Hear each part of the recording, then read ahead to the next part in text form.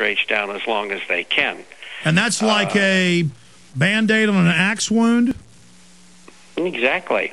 Now, you asked for a timeline here. It must have been 6 months since Paul Craig Roberts and I were on here together, and we both said, 2.5 to 3 years.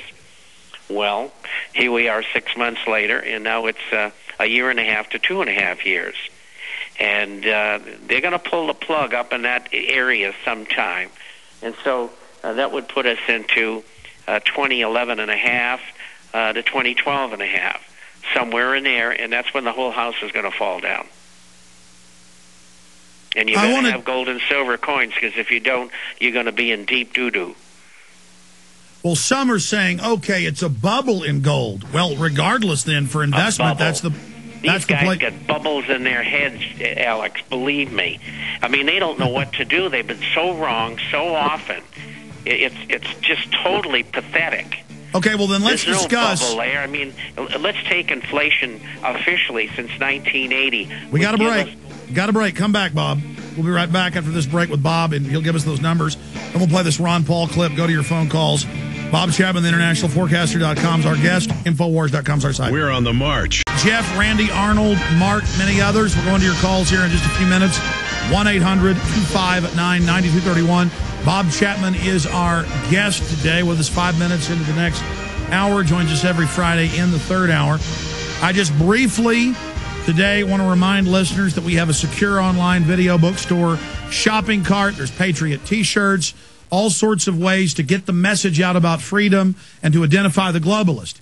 You wear one of our Come and Take It T-shirts or one of our Don't Tread on Me T-shirts or one of our Infowars.com T-shirts. You will meet like-minded people at the golf range or at the movies or at work or at a comedy club or at the grocery store or walking your dog.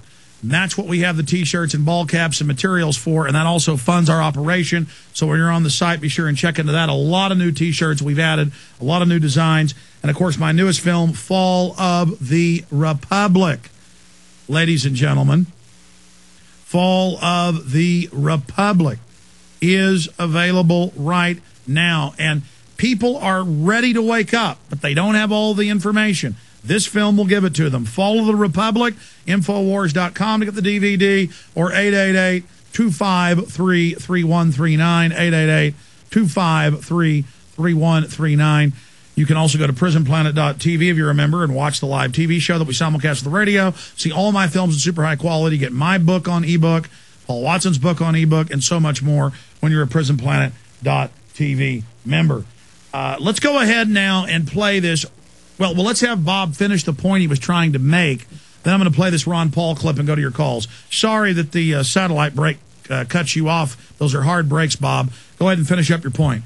And so official inflation since 1980 would make gold somewhere between $2,400 and $2,500 an ounce. That is the very minimum it should be selling at.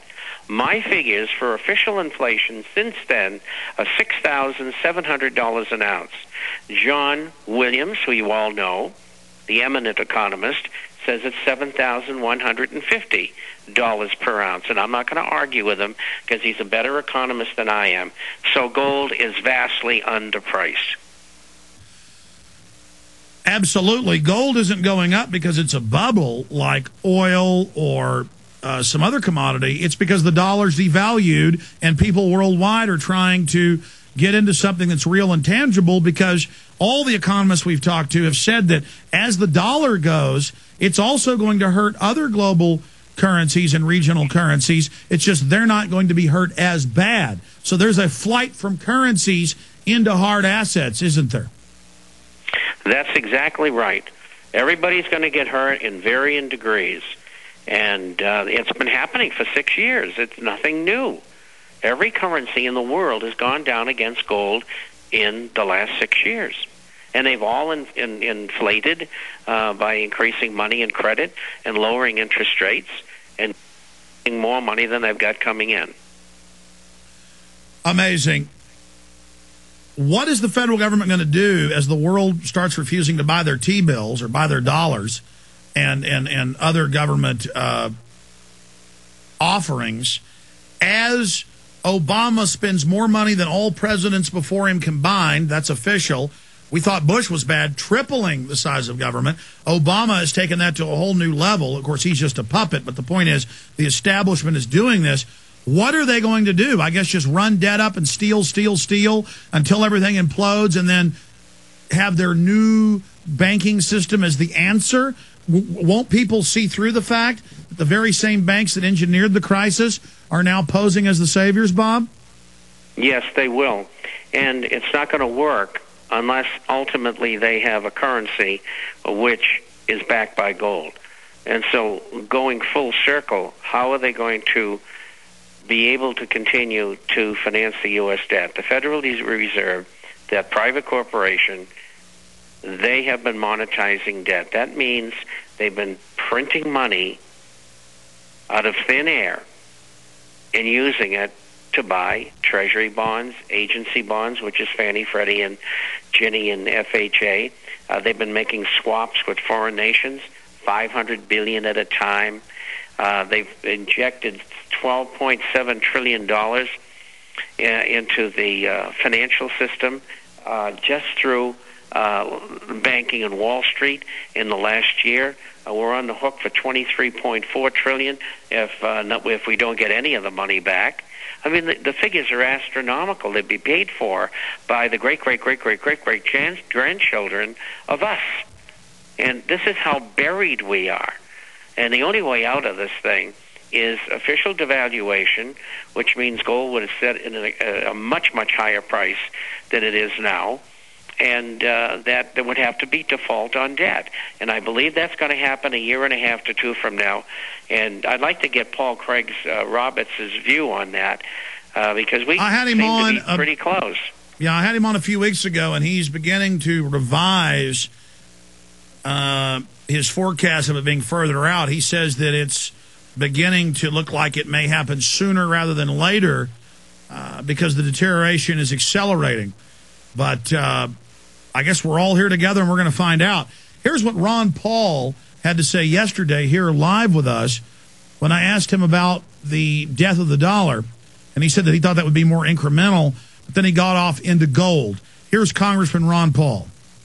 What's going to hurt the economy, I wouldn't say it's abandoned, but it's less important all the time. I mean, the fact that they can still have 60% reserves means it's still there.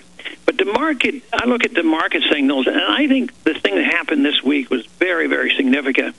That is when the IMF announces that they're going to dump 200 tons of gold on the market. Well, you know, ordinarily a person would think, and they were hoping, well, a lot of that gold out there, that's going to drive down the price of gold and make all the fiat currencies look better. But what happened? A bank from Asia, India, buys the whole lot, which sent a signal, I think, to the world markets that, in essence, gold has been remonetized. It never gets demonetized, but it has less importance as money when all the countries reject it. But I think this is a major, major signal that the dollar is getting closer, it's on its last legs, and gold is getting more important. And as the Chinese buy less and less, they have already started buying gold, and they don't want to buy too much too fast and, you know, shoot the price up, too quickly. But I think that's coming. I think the gold price is destined to go a lot higher, and the dollar's going to go a lot lower. And they cannot dethrone gold. They can disrupt and play these games for a long, long time. But in many ways, this is very, very good because it tells us that the governments no longer can get away with just printing money to finance their schemes. And it's their schemes that are so damaging to us, whether it's the welfare or the warfare, it all hurts the people because they have to pay the bills. So some of these things are good signals, although it means that we have to be concerned about the chaos that might erupt. All right. That was a short snippet of Ron Paul's interview with us live here yesterday. Bob, your comments on that? Totally along the lines of what Ted Anderson and I have been talking about for a long time. And I agree, and I'm sure Ted does. And I think that we're right on course. My feeling is this thing was all created for a reason. It just didn't happen. And I think there's a point along the way that they had planned to switch from the inflationary depression to the deflationary. And I think that their plans have been so disrupted by your program and programs like it and the International Forecaster and others who not only tell you what's going on in that realm and others, but also the total truth of who's behind it and what they're doing. And your next guest, in a way, is going to be telling you the same thing. I mean, these people on Wall Street are criminals. I know. I've been there. I've done that.